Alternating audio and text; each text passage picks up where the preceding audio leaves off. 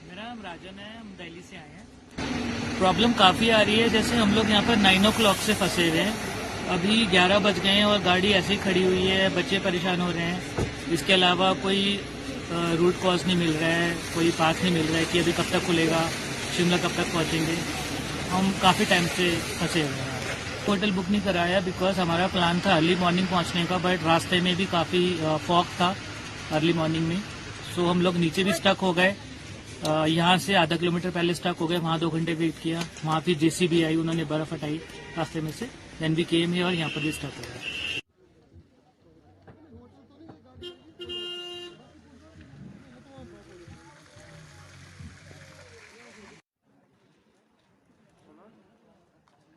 मेरा नाम रवि है, चंडीगढ़ से हूँ। मैं चंडीगढ़ से आया हूँ, कुमार सैनी जाना है। और समस्या क्या है, बस बर्फ़ की है, टायर स्लिप कर रहे हैं गाड़ियों के। बाकी देखो लंबा जाम लगा पड़ा है, आगे लगता है गाड़ी कोई फंस गई है। अब सरकार क्या कर सकती है? सरकार बर्फ़ गिरी है, ये है कि रोड थोड़ा सा अगर बर्फ़ है तो उसको टायर। बाकी अभी तो सुबह हुई है, धीरे धीरे अपना रोड खुलेगी।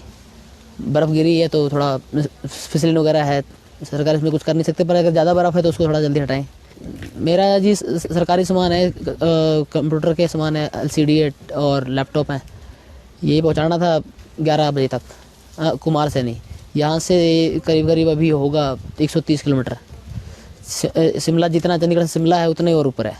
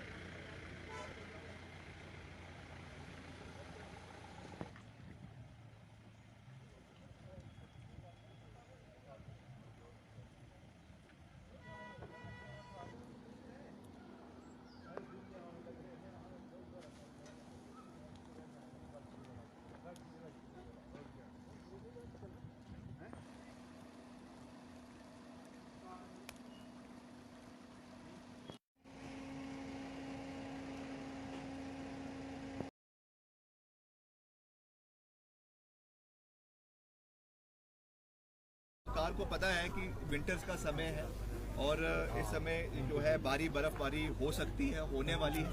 तो सरकार को इसके ऊपर पहले से जो है प्रशासन को ऐसा कहा कि चाहे इलेक्ट्रिसिटी डिपार्टमेंट है, चाहे आपका बिजली डिपार्टमेंट है, चाहे और चीज़ें हैं, उनको चुस्त दुरुस्त करना चाहिए था।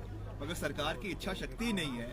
अब जब हो चुका है तब जाके सरकार जाग रही है। ये बहुत अनफॉर्चुनेट है और समय रहते हुए सरकार को इसके ऊपर कार्रवाई करनी चाहिए। एक और मुद्दा है, ज्वलंत मुद्दा है, 108 102 एम्बुलेंस सेवा के कुछ कर्मचारियों को निकाल दिया गया है। 250 कर्मचारी निकाल दिए गए हैं, हड़ताल पर बैठे हुए हैं। मुख्यमंत्री कह रहे हैं कि रख देंगे और स्वास्थ्य मंत्री कह रहे रख देंगे। जो नई कंपनी आई है वो रखने को तैयार नहीं है। जब कोविड चला उन्होंने सेवाएं दी, अब एकाएक निकाल दिया गया है। इस पर क्या स्टैंड है पार्टी का और आपका?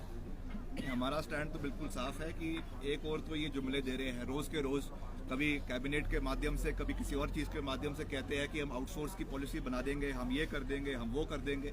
और जब करने की बारी आती है तो कुछ धरातल पे होता नहीं है।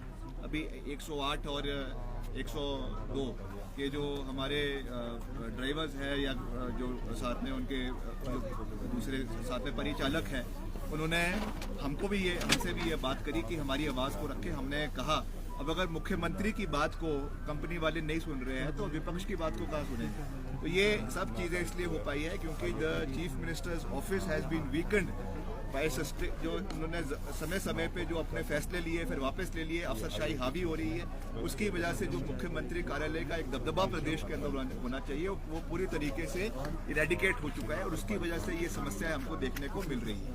और जो JCC के माध्यम से भी कई जुमले उन्होंने फेंके, वो केवल जुमले हैं।